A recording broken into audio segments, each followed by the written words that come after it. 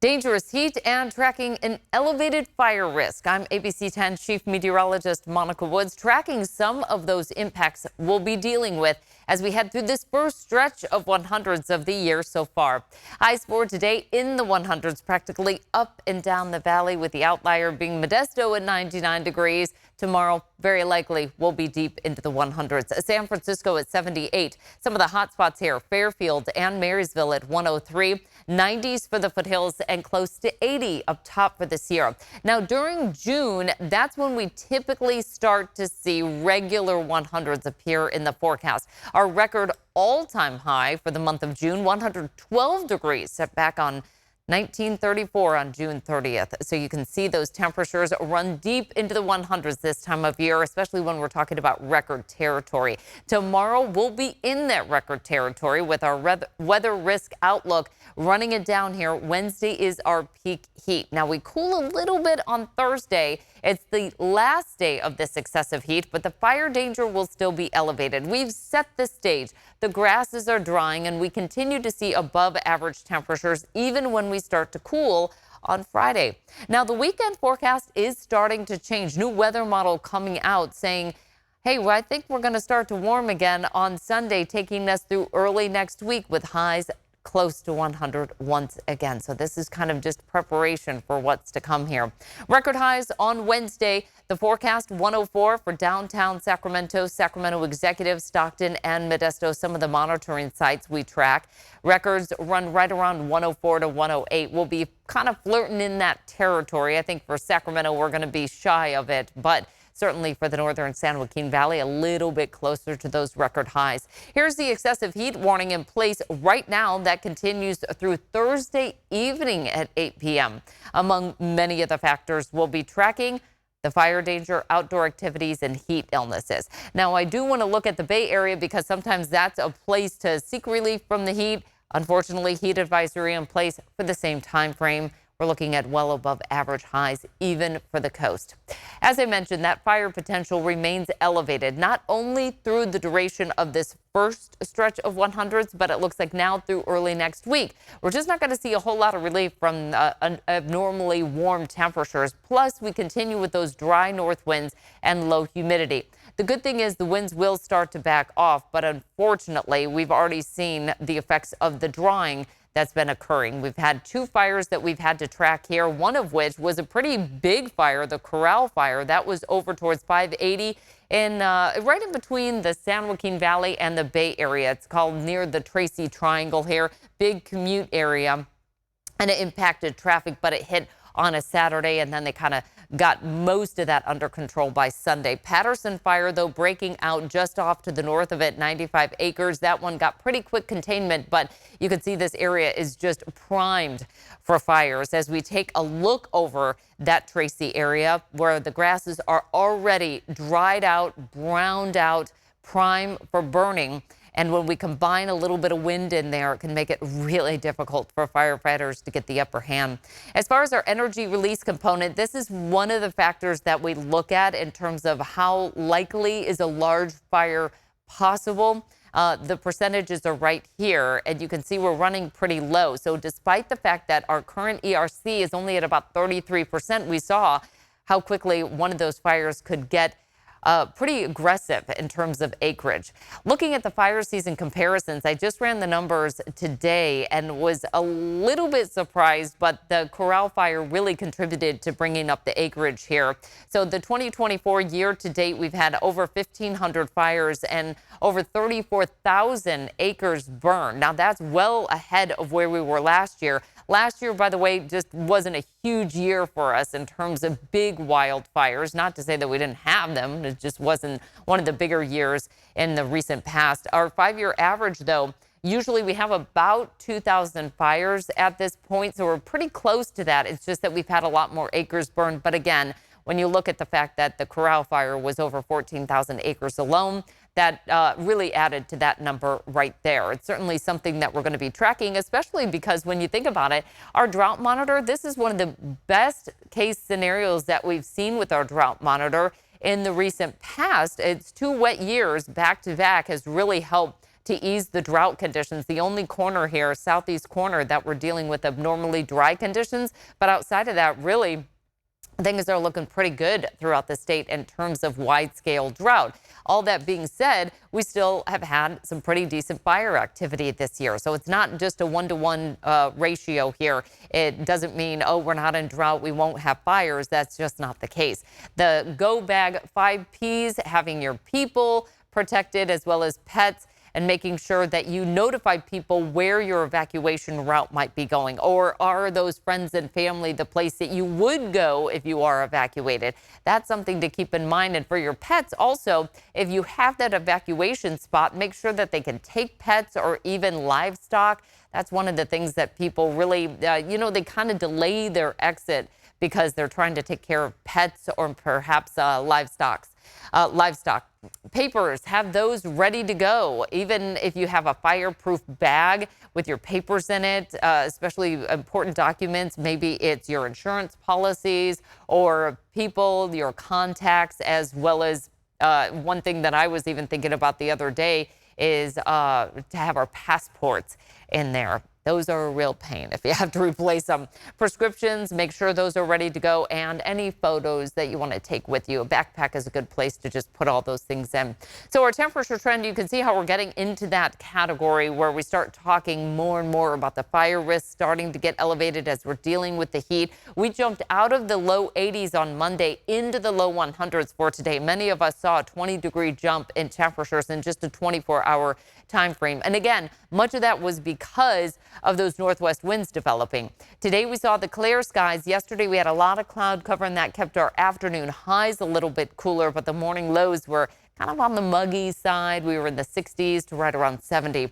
So the ridge of high pressure building in those accelerating northwest winds really helped to deliver a quick jump in temperatures. Feeling it especially this morning. It was a somewhat coolish start to the morning, and then by about 8:30, these northwest winds kicked in, and it just completely changed the temperature profile. We still have those northwest winds even as we head into our Tuesday evening, with our peak wind gusts today upwards of 30 miles per hour throughout parts of the valley, and over 40-mile-per-hour wind gusts across the coast, again delivering some of those warm conditions that we've been seeing throughout the day. Now, winds will start to back off, but unfortunately, everything is already primed to have that heat in place through our Wednesday. We have the lighter winds, but the fire danger will remain elevated under this ridge of high pressure. It's just basically like putting a dome of warm air over the entire West Coast, potentially delivering record-setting heat for some people, even through Nevada, Arizona. California is not the only place that's going to be dealing with some of this heat. Some of the cooling savings that we like to track this time of year, it's just that time of year we need to kind of move out of our heating and kind of the winter-like conditions and quickly change gears back to using the air conditioner and trying to keep our house cool. Only use fans when in a room. They cool people, not environments or a room. Set your AC to 78 degrees. Close the drapes and blinds. One of the things I like to do is open up all the windows, if it's safe to do so, by about midnight-ish, say 1 o'clock, because the coldest time of day is actually just before sunrise. So once the sun comes up, close the drapes and the blinds. That will at least try to keep some of that sunlight coming in and warming up your environment. And don't use big appliances in the afternoon and the early evening. A couple of reasons why I say that. One, because it can heat up your apartment, your condo, your home, wherever you're living. And that's when the peak rates are also in effect. So you want to try to avoid really having that kind of getting caught flat-footed with that electric bill when it comes in for June, going, oh, wow, that heat really did a number, and having to pay the price for it at the end of the month. Just take care of business right now.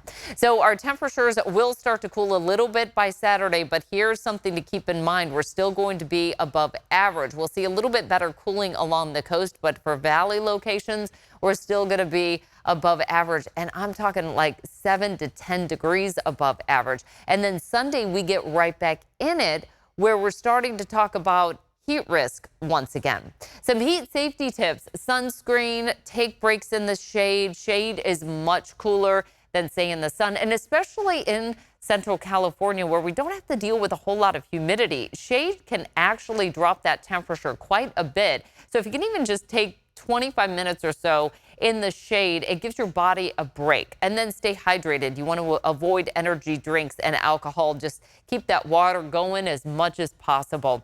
Heat illnesses: knowing the signs: heat exhaustion, thirsty, dizzy, nausea, cool, clammy skin, and sweating a lot. But it goes into a much more severe category when we talk about heat stroke. That's when somebody might have a headache or red, hot, dry skin and no sweating. That's a situation. Call 911 immediately. Get that person some medical assistance. Hot air, hotter sidewalks. We talked about people. Let's talk about the pets. When air temperatures are at 95 degrees, look at how hot that concrete is. 140 degrees, asphalt 155, and we're talking air temperatures that are going to be closer to about 105. So that's going to bump up those concrete and asphalt temperatures even more. And also, this is the time of year we're entering into, that time of year where we're changing perhaps our routines. Kids are getting out of school. We're going into camps or different daycare situations, or dropping them off at a different friend or family members. Or you've got a friend or family who's trying to help you out as you're kind of navigating those different schedules. We've seen it time and time again. We've done so many stories where it's a change of routine and somebody gets left behind in a car, whether it be a pet or a kid.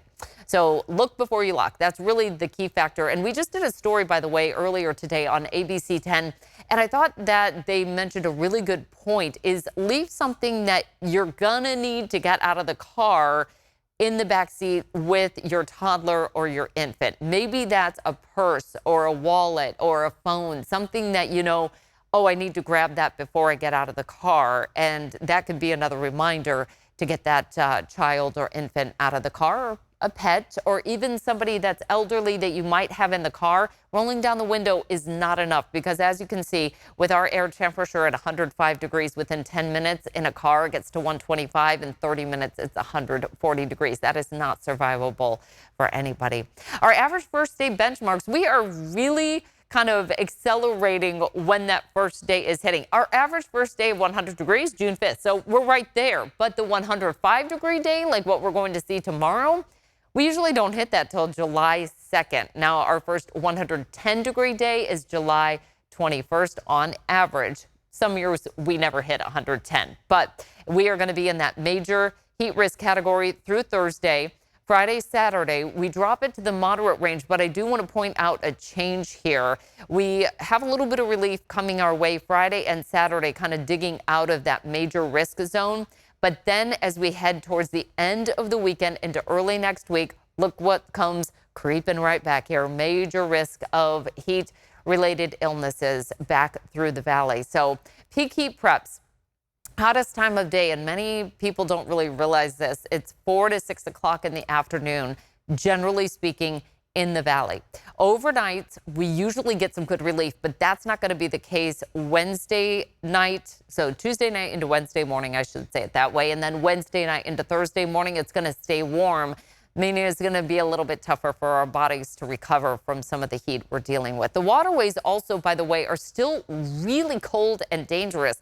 Water temperatures are still running in the 50s and generally 60s. Some of us are right around 70 degrees, but those Sierra and foothill waters are in the 30s, 40s, and 50s. That's certainly difficult to breathe when you hit that water, and you can begin to lose control very quickly because the body just has a little bit harder time adjusting to the cold temperature.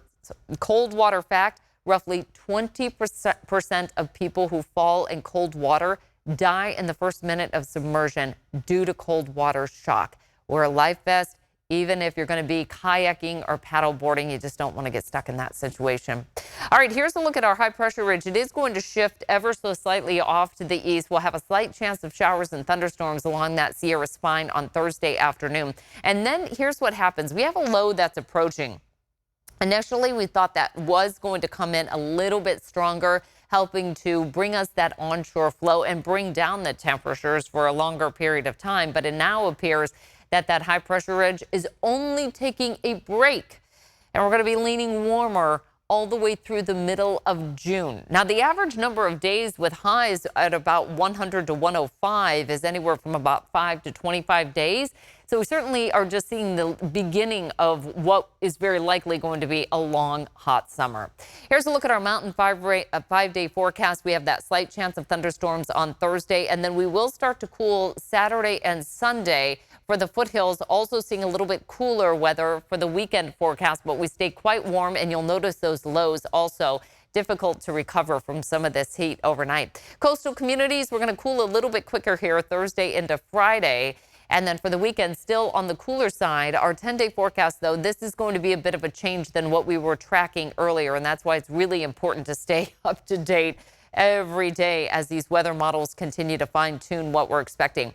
Peak heat on Wednesday, 104, Thursday, 100. We drop to the 90s. Keep in mind that average high is right around 85 degrees, so we're still above average. Saturday being the coolest day in the pretty near term here. Early next week, we're right back near 100, and then we'll cool back into the 90s. But again, that's above average. It's not like we're going to be seeing 80s here in this 10-day forecast. So we'll continue to update these in-depth forecasts on our ABC 10 Plus app. And right here as well, you want to download that app. We've got explainers and weather specials, including that new weather special, The Future of California's Water. Watch it for free on Apple TV, Roku, and Fire TV.